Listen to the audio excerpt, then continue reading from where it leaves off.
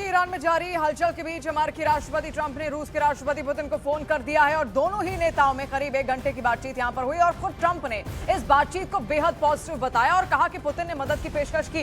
हालांकि उन्होंने इससे ज्यादा कुछ नहीं कहा, लेकिन रूस की तरफ से जिस तरह की खबरें आ रही हैं वो सीधे सीधे मध्यस्थता के ही संकेत देती हैं। क्रेमलिन के सलाहकार के मुताबिक पुतिन ने जंग खत्म करने के कई सुझाव दिए और राजनीतिक कूटनीतिक हल पर जोर भी यहां पर दिया।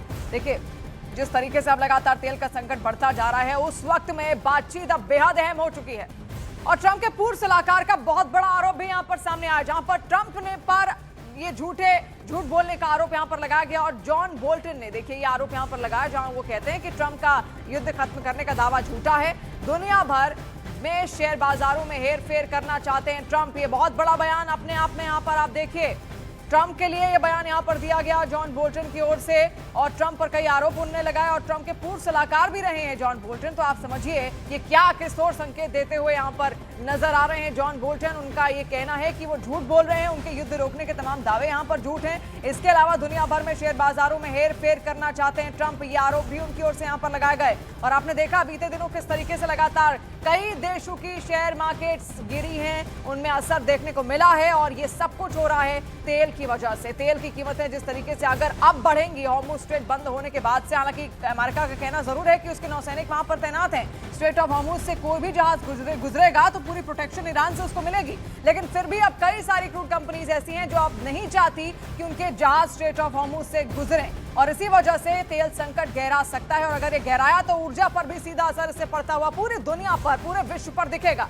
अब देखिए, ट्रंप के पूर्व सलाहकार का ये बड़ा आरोप यहां पर आपने देखा। इसके अलावा ट्रंप की तमाम धमकियों के बाद भी अगर ईरान ने खामनेई के बेटे को अपना नया लीडर यहां पर चुना है तो उसका सीधा मतलब ये कि ईरान के पास भी कुछ प्लान ऐसा है जिसकी भनक ना ट्रंप को है और ना ही नेतन्याहू को। ईरान के खिलाफ अमेरिका और इजराइल के युद्ध में अगले कुछ दिनों में बहुत बड़े बदलाव देखे जा सकते हैं। ईरान और ज्यादा आक्रामक हो सकता है और अमेरिका के साथ इजराइल को इस युद्ध के लिए नई रणनीति बनानी पड़ सकती है और इसकी सबसे बड़ी वजह बनने जा रहे हैं मुस्तफा खामनेई। ये 1980 के दशक का वीडियो है। मुस्तफा खामनेई की उम्र तब करीब 17 साल थी। वो ईरान के रेवोल्यूशनरी गार्ड्स का हिस्सा थे। माथे पर लाल पट्टा बांधे ये मुस्तफा खामनेई हैं। तब उनके पिता अयातुल्ला अली खामनेई ईरान के राष्ट्रपति थे और राष्ट्रपति का बेटा तब सद्दाम हुसैन के इराक के खिलाफ युद्ध लड़ रहा था। मुस्तफा खामनेई तब IRGC की हबीब इब्ने मज़ाहिर बटालियन का हिस्सा थे। इसके बाद 2009 में मुस्तफा खामनेई ईरान की बसिज फोर्स के कमांडर बने, जिससे ईरान के सुरक्षा तंत्र को वो बहुत अच्छी तरह से समझते हैं। युद्ध के बीच नया सर्वोच्च नेता चुना जाना ईरान में बहुत बड़ी चुनौती रही है। पूरी दुनिया जानना चाहती है कि मुस्तफा खामनेई क्या करने वाले हैं, उनकी नीतियां क्या होंगी, वो ईरान को किस राह पर ले जाएंगे और उसके तौर तरीके क्या होंगे। जब मुस्तफा खामनेई के पिता अयातुल्ला अली खामनेई ईरान के सर्वोच्च नेता बने तब उनकी उम्र करीब 50 साल थी। जब अयातुल्ला मुस्तफा खामनेई ईरान के सर्वोच्च नेता बने हैं तब उनकी उम्र 56 साल है। नए नेतृत्व के साथ ईरान ने ठान लिया है कि पलटवार बहुत हिसाब से किया जाएगा। मुस्तफा खामनेई की लीडरशिप ने ईरान में नई जान डाल दी है। तेहरान में तेल के अड्डों को जलाए जाने के बाद जो मायूसी ईरान की हिम्मत पर दबाव डाल रही थी, अब वो हिम्मत 2 गुनी ताकत के साथ इजराइल पर फाइनल असॉल्ट के लिए तैयार है। अमेरिकी अड्डों को पूरी तरह तबाह करने तक ये युद्ध तेज होता रहेगा। ईरान का युद्ध 3 स्टेज में चल रहा है। सबसे पहले उसने खाड़ी में अमेरिका के अड्डों को तबाह करना शुरू किया। रडार से लेकर कम्युनिकेशन सिस्टम और नेवल बेस से लेकर दूतावास को सबसे बड़ा टारगेट बनाया गया।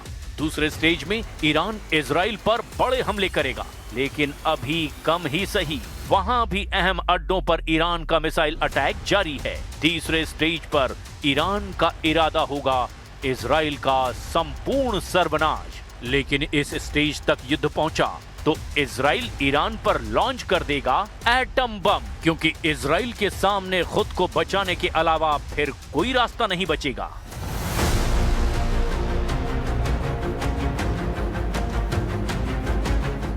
खाड़ी देशों में अमेरिका को कमजोर करना, उसके मिलिट्री अड्डों को मिट्टी में मिला देना, सैन्य ढांचों को पूरी तरह से तोड़ देना, यही है ईरान का एजेंडा। ईरान के ड्रोन यहां अमेरिकी अड्डों पर हमला कर रहे हैं, यहां पर अमेरिकी दूतावास को तबाह कर रहे हैं। रियाद में अमेरिकी दूतावास पर मिसाइल गिर चुकी है।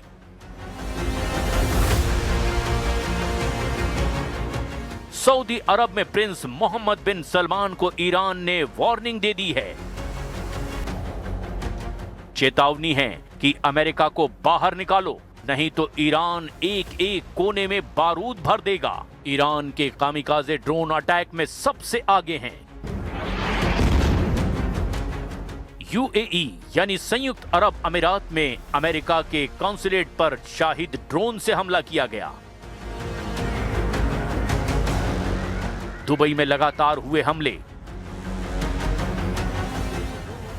यूएई में अमेरिका का अल धाफरा एयरबेस ईरान के टारगेट पर है और यहां कई कम्युनिकेशन रडार तबाह किए जा चुके हैं। यूएई में ज्यादातर हमलों में ईरान ने अपने शाहिद ड्रोन का ही इस्तेमाल किया है।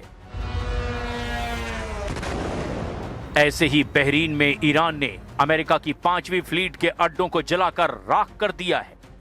1995 में तैयार किया गया ये अड्डा अब नहीं रहा, कुछ भी बाकी नहीं बचा है। बहरीन में अमेरिका को सबसे बड़ा नुकसान हुआ है।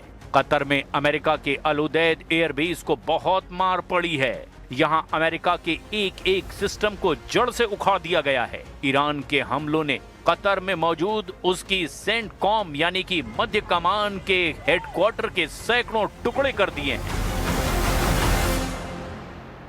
अगले 24 घंटे इस युद्ध के लिए बहुत खतरनाक होने जा रहे हैं, क्योंकि मुस्तबा खामनेई का फैसला या तो ईरान को इस युद्ध में जिता देगा या फिर ईरान को ये नई लीडरशिप कामयाबी की जगह नाकामी की राह पर मोड़ देगी।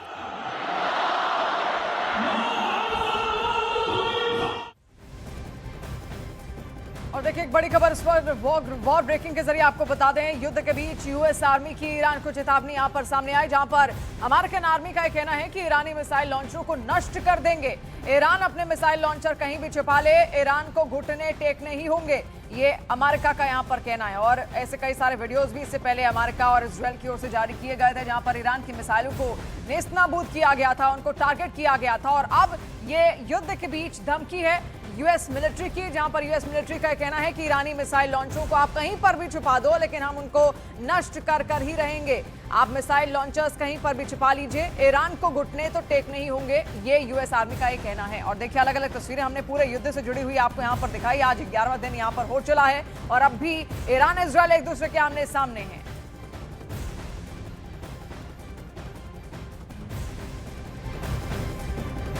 और देखिए कतर के प्रधानमंत्री शेख मोहम्मद बिन अब्दुर्रहमान अल थानी ने ईरान पर बड़ा हमला बोला है। पीएम ने कहा है कि ईरान ने खाड़ी देशों पर मिसाइल और ड्रोन अटैक कर पूरे क्षेत्र के भरोसे को तोड़ दिया। और स्काई न्यूज से बातचीत में उन्होंने इसे ईरान की खतरनाक भूल बताया। देखिए लगातार इस बात की अटकलें यहां पर थी कि अगर ईरान इस तरीके से अरब देशों पर हमला करेगा, भले ही वो यूएस मिलिट्री बेसिस पर यह हमला कर रहा है, लेकिन उनकी जमीन का तो इस्तेमाल किया और इससे क्या भरोसा टूटेगा। इसको लेकर कई सारे एक्सपर्ट्स के साथ हमने डिस्कशन भी उस वक्त किया था, तो भी यही बातें निकलकर सामने आ रही थी। और अब तो कतर के प्रधानमंत्री शेख मोहम्मद बिन अब्दुर्रहमान अल थानी ने खुद इस बात को कह दिया है कि उन्होंने ये कहा कि ईरान ने खाड़ी देशों पर मिसाइल और ड्रोन अटैक कर पूरे क्षेत्र के भरोसे को तोड़ दिया है।